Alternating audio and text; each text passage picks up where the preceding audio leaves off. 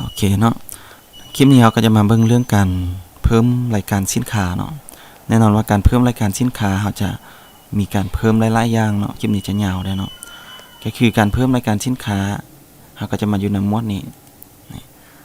การเพิ่มรายการสินค้าโดยทั่วไปแล้ว1เราจะต้องมีหมวดหมู่2อาจจะมีหน่วยนับถ้าเป็นอาหารหน่วยนับอาจจะเป็นจานเป็นถ้วยเป็นชุดเป็นแก้วแบบนี้เนาะแล้วก็กลุ่มราคาค่ายถ้าบ่มีกลุ่มราคาค่ายก็บ่จำเป็นต้องเพิ่มเนาะแล้วก็ราคาพันเปลี่ยนอาจจะเช่นตัวอย่างว่าถ้าค่ายราคาเป็นชุดจะเป็นชุดเท่าใดถ้าค่ายเป็นจานเท่าใดราคาเป็นไม้เท่าใดหรืออาจจะเป็นแก้วเท่าใดเป็นแก๊สเท่าใดแบบนี้เนาะลักษณะแบบนั้นเขาจะได้ตั้งอยู่บนตัวนี้แล้วก็บนเพิ่มสินค้าแล้วก็รายการสินค้าตัวนี้เนาะเริ่มต้นเลยก็คือถ้าเป็นอาหารตัวอย่างมันบ่มียี่ห้อเนาะเขาจะปิดยี่ห้อเนี่ยออก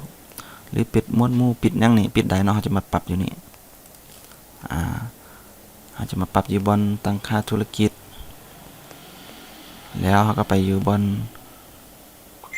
โมดูลเนาะโมเมนต์ขายสินค้าอยู่บนสินค้าเนาะนี่ครับเปิดใส่หมวดหมู่ถ้าบ่อยากใส่หมวดหมู่ก็ปิดออกเปิดใช้งานยี่ห้อจำพวกนี้เนาะเขาก็สามารถปิดเปิดได้จำพวกนี้โอเควันนี้เราจะมาบนสินค้าเนาะเราก็มาเพิ่มหมวดหมู่ซะก่อนเข้ามานี่เนี่ยตัวอย่างถ้าเป็นอาหารก็จะเป็นประเภทจุ่มเผ็ดดาดอาหารเครื่องดื่มถ้าเป็นอาหารค่ายเครื่องทั่วไปอาจจะเป็นคอมพิวเตอร์โน้ตบุ๊กมีอย่างเช่นนี้ก็เพิ่มเนาะวิธีการเพิ่มก็กดเพิ่มนี่ใส่ซื้อหมวดหมู่ตัวอย่างเบียร์ตัวอย่างเนาะนี่แล้วก็เพิ่มเลยเห็นปะนี่เราก็จะได้เบียร์ขึ้นมาแก้ไขก็ได้แล้วก็บันทึกปรับปรุงนี่ถ้าอยากลบออกก็กดลบเดี๋ยวนี้เราได้หมวดหมู่แล้วเราก็มาเพิ่มหน่วยนับก่อนจะไปเพิ่มสินค้าหน่วยนับเราก็เพิ่มจานชุดแก้วหม้อไปนี้เนาะตัวนี้มีแก้ว2อันไม้เป็นไม้แบบค่ายเป็นไม้เสียบนะเพิ่มก็คือเก้าเนาะเข้ามาอย่างนี้เนี่ยจะซื้อการเพิ่มตัวอย่างว่าอาจจะนับเป็นหลังซะเนาะถ้าค่ายเป็นหลังเขาค่ายแนวใดเนี่ยอยู่นี่เขาใช้ซื้อหลังแล้วก็อยู่นี่เขาต้องใส่บอลได้ที่เป็นไม้ดอกจันก็ต้องได้ปรับอันนี้ใส่ทศนิยมบ่มีก็บ่แล้วก็บันทึกโอเคแบบนี้เนาะนี่เป็นหลังเห็นบ่โอเคแล้วเขาได้หน่วยนับแล้วเห็นบ่บัดนี้เราก็ไปเพิ่มราคาพันเปลี่ยนมันแบบใดก็คือเห็นบ่ตัวอย่างอันนี้ประเภทเป็นชุดเป็นไม้ 5,000 ไม้ 4,000 นั่นบ่สมมุติว่าเราขายเบียร์ซะเนาะลองมาเพิ่มเนาะเราฮู้แล้วว่าเราจะมีการเพิ่มรายการสินค้าเป็นเบียร์เครื่องดื่มเนาะอาจจะใส่เป็นประเภทเบียร์นี่เราใส่แล้วก็หูแป๊บเราใส่เป็นแก้วเป็นแพ็ค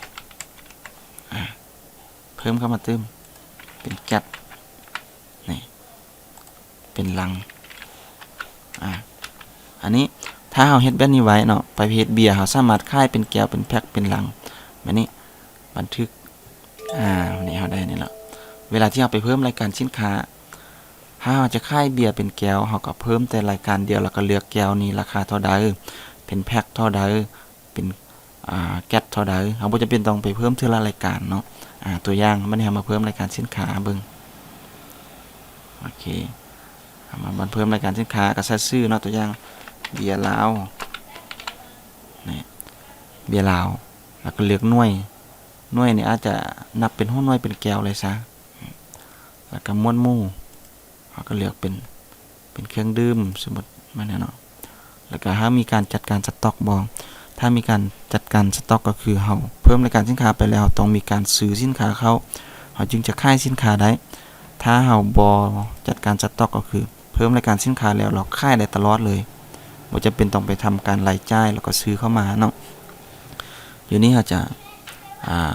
จัดการเป็นแบบธรรมดาซะเนาะเราบ่จัดสต็อกเลยเพราะจะขายง่ายๆแล้วก็รูปภาพผลิตภัณฑ์เนี่ยเราก็เข้ามาตัวอย่างเราจะเอาเบียร์เนาะแล้วก็เลือกเบียร์แก้วแบบนี้เราใส่อยู่นี้รูปภาพผลิตภัณฑ์เนาะแล้วก็เลื่อนลงมาเลื่อนลงมาเฮามาเบิ่งประเภทสินค้าเนี่ยนี่เฮาเลือกเอาแบบอันเดียวก็คือหมายถึงว่าเฮาขายแก้วราคาเป็นแก้วเลยก็ใส่ราคาบ่รวมมาก่อนเลยมันแก้ว15เฮาก็ใส่ก็แสดงว่าเบียร์ลาวมันแก้ว 15,000 นี่เห็นบ่เฮาเพิ่มเราคลิกออกอันนี้จะเป็นราคาบ่รวมมาก่อนแล้วก็ราคารวมมาก่อนเท่าใดถ้าว่าเท่ากันก็ใส่ลดกำไรเฮาสิเอาจักเปอร์เซ็นต์เขียนใส่แล้วมันจะบอกแต่มันสมมุติว่า 10% เห็นบ่มันจะบอกว่าขายราคาแก้ว 16,500 เวลาขายมันจะขายราคานี้ฮะถ้าสมมุติว่าเฮาสิใช้ราคาเดียวกันเลยเฮาก็อยู่นี่ก็จะเป็นสูตรใหม่ก็คือราคาบ่รวมก่อนเท่านี้ราคาขายตัวจริงเท่านี้แบบนี้เนาะเฮาก็บันทึกได้แสดงว่าอันนี้เฮามีแต่ราคาเป็นแก้วถ้าสมมุติว่าเฮาจะเพิ่มราคาพันเปลี่ยนเห็นบ่สังเกตเบิ่งเมื่อกี้เฮาได้มาปรับอยู่ใส่บนราคาพันเปลี่ยนอยู่นี่มันนะเฮาได้เพิ่มเป็นแพ็คเป็นแก๊สยังไว้เฮาเลือกเป็นพันเปลี่ยนลดนี่เลือกแบบเป็นพันเปลี่ยนปึ๊บแล้ววันนี้พันเปลี่ยนกรุณาเลือกนี่อันนี้ประเภทเบียร์เห็นบ่เฮาเลือกนี่เมื่อกี้เพิ่มเป็นแก้วเป็นแพ็คเป็นแก๊สเป็นลังวันนี้เฮาก็มาใส่ราคาบ่รวมมาก่อนนี้ถ้าเป็นแก้วดูแก้วนึง 18,000 โอเคเนาะเป็นแพ็คดูป่ะนี่สมมุติว่าแพ็ค250แล้วก็เพิ่มถ้าเป็นแก๊สดูป่ะนี่แก๊สก็240ซะโอเคโอ้ย200,000นั่นล่ะ240เนี่ยถ้าเป็นลังดูป่ะนี่ลังเท่าใด206,000ตัวอย่างอันนี้เอาสามารถเฮ็ดแยกราคากันเลยแทนที่เราจะไปเพิ่มแบบเป็นแก้วอีกรายการนึงเป็นนี้รายการนึงนี่เป็นรายการนึงแสดงว่า4เทื่อเนาะอันนี้เราเฮ็ดรายการเดียวแต่ว่าเพิ่มบัตรเดียวแยกกันนี่ล่ะก็บันทึกได้เลยเพิ่มแต่ราคาอยู่นี่แล้วมันก็จะออกมาพี่อันนี้เป็นราคาค่ายเบื้องนี้เนาะ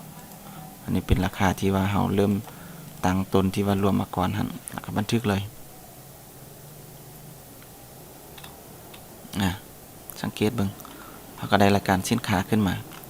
สังเกตเลื่อนลงมาเนาะนี่เบียร์ลาวราคาจะมี18,250นี่เพราะว่ายังเพราะมันมีราคาพันเปลี่ยนนี่อันที่บ่มีพันเปลี่ยนก็จะเป็นอันเดียวฉะนั้นเราสามารถคลิกใส่เบิ่งได้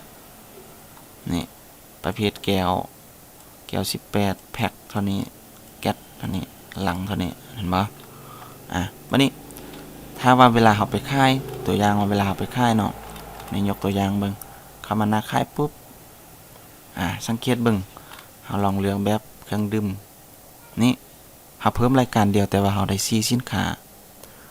เบียร์ลาวแก้วเบียร์ลาวแพ็คเบียร์ลาวเป็นแก๊สเป็นลังถ้าเขาซื้อเป็นแก้วก็เลือกเป็นแก้วนี่ถ้าสมมุติเขาว่าบ่เอาละค่อยเอาลังนึงเลยเฮาก็เลือกเป็นลังเลยนี่ลังเท่านี้เห็นบ่บัดนี้ฉะนั้นอันนี้เป็นวิธีการเพิ่มรายการสินค้าเนาะบัดนี้เฮากลับไปเติมเนาะอาจจะบอกเรื่องการขายอาจจะบอกเรื่องการเพิ่มรายการสินค้าซิเนาะหลังจากนี้เฮาก็มาเช็ครายการสินค้าทั้งหมดของเฮารายการผลิตภัณฑ์รายการเฮาก็สามารถเลือกตามหมวดหมู่มันก็ได้นี่หมวดหมู่เครื่องดื่มมันก็จะแสดงแต่เครื่องดื่มเนาะสามารถคลิกเข้าไปพิมพ์บาร์โค้ดเบิ่งแก้ไขหรือประวัติการซื้อขายมันหั่นเนาะนี่เฮาก็สามารถกดเบิ่งได้นี่หรือแก้ไขก็เข้ามาแก้ไขได้นี่เฮาเข้ามาแก้ไขแต่ละส่วนได้แล้วก็เปลี่ยนราคาได้อัปเดตราคาได้นะเป็นหลังนี่260อันนี้เขียนผิดเนาะแล้วก็เปลี่ยนอยู่นี่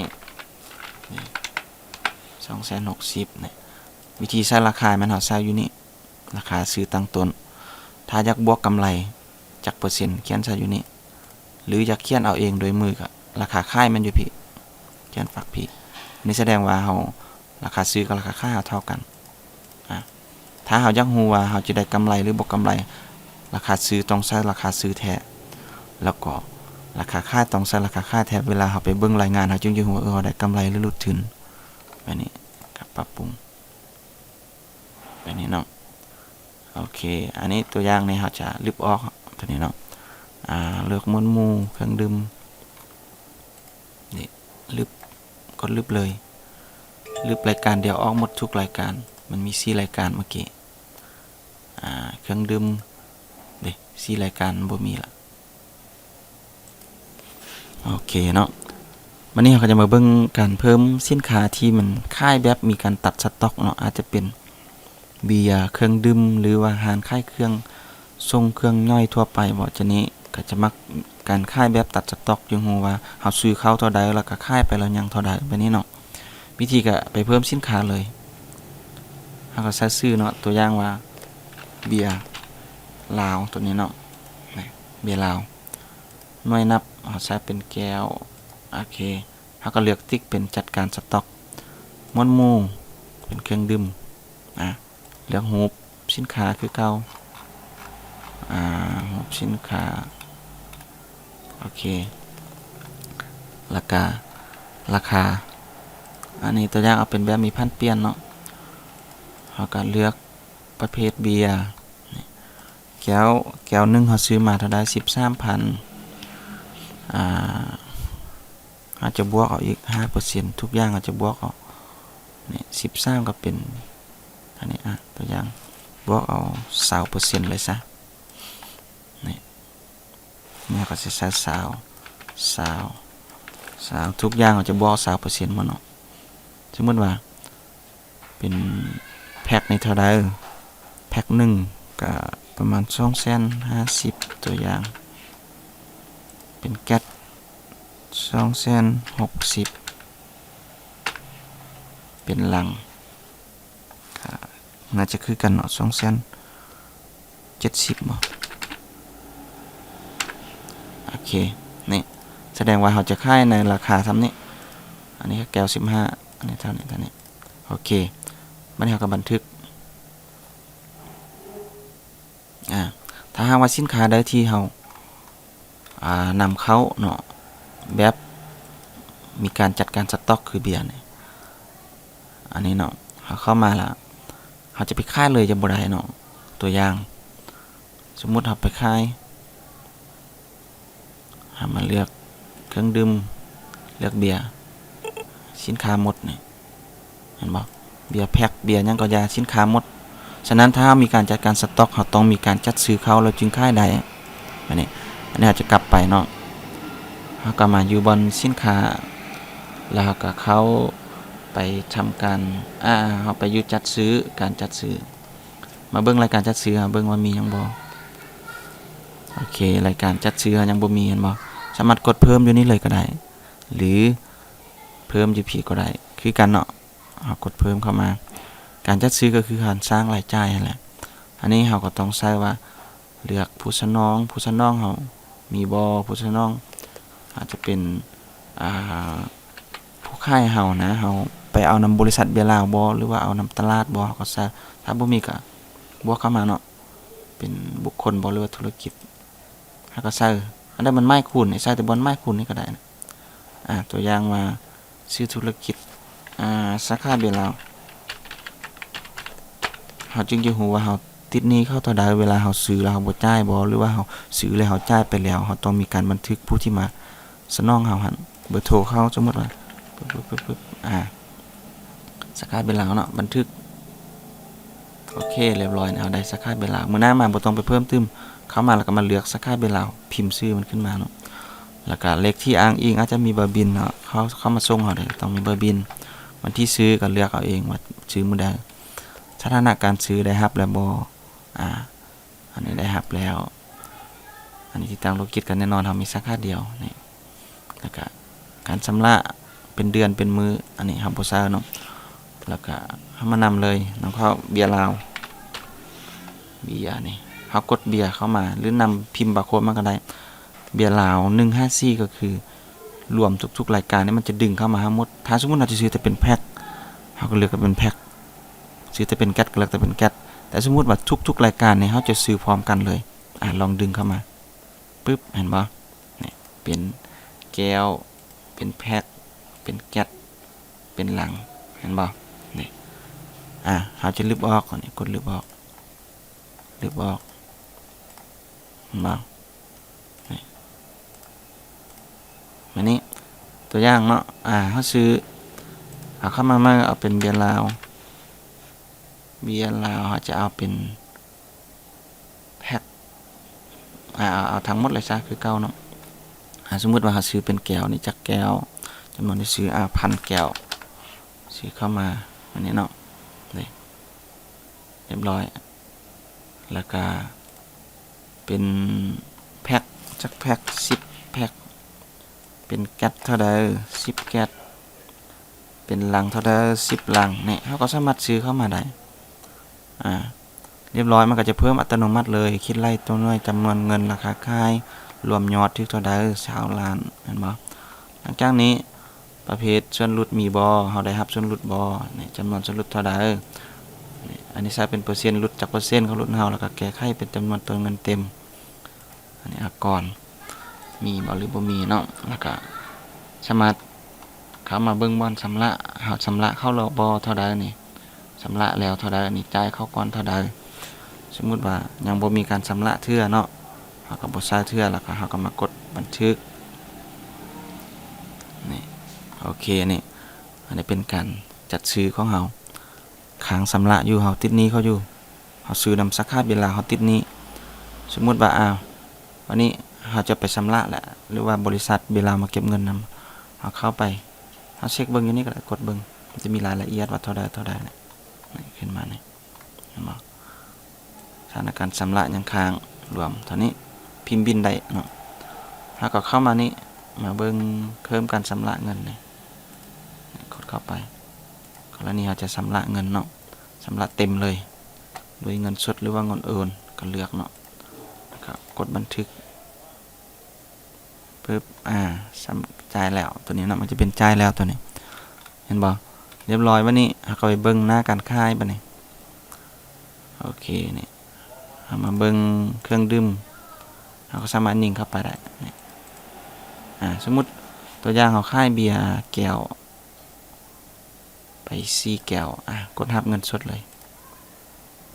ปึ๊บเรียบร้อยเนาะก็จะพิมพ์บินหน้าบินก็จะเป็นประมาณนี้โอเควันนี้เฮาก็กลับไปเช็คเบิ่งเบียร์แก้วเมื่อกี้เฮาซื้อเท่าใดรายการสินค้าเลือกหมวดหมู่เครื่องดื่มเบียร์มาเช็คเบิ่งได้เบียร์แก้วนี่เบียร์แก้วสต็อกสินค้ารายละเอียดเกี่ยวกับสต็อกสินค้า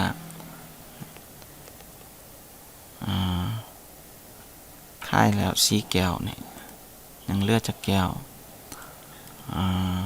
996พอซื้อ1,000 แก้วนี่ก็เช็คได้เฮาเช็คสต็อกอยู่นี้ก็ได้หรือว่าเฮาจะมาเบิ่งอยู่บนรายการสินค้าทั้งหมดแบบนี้แล้วก็มาเช็คสต็อกมันจะมีรายงานสต็อกตัวนี้มันก็จะมีรายงานสต็อกนะเฮาอยากเช็คสต็อกเฉพาะรายการตัวใดเฮาก็เลือกเครื่องดื่มนี่เครื่องดื่มมันก็จะมีเบียร์เป็นแต่ละรายการนะเบียร์ลาวเป็นประเภทแพ็คประเภทป้องเพชรแก๊สขายหมดแล้วยังเหลือเท่าใดยังเหลือจักแก้วนี่สต็อกปัจจุบัน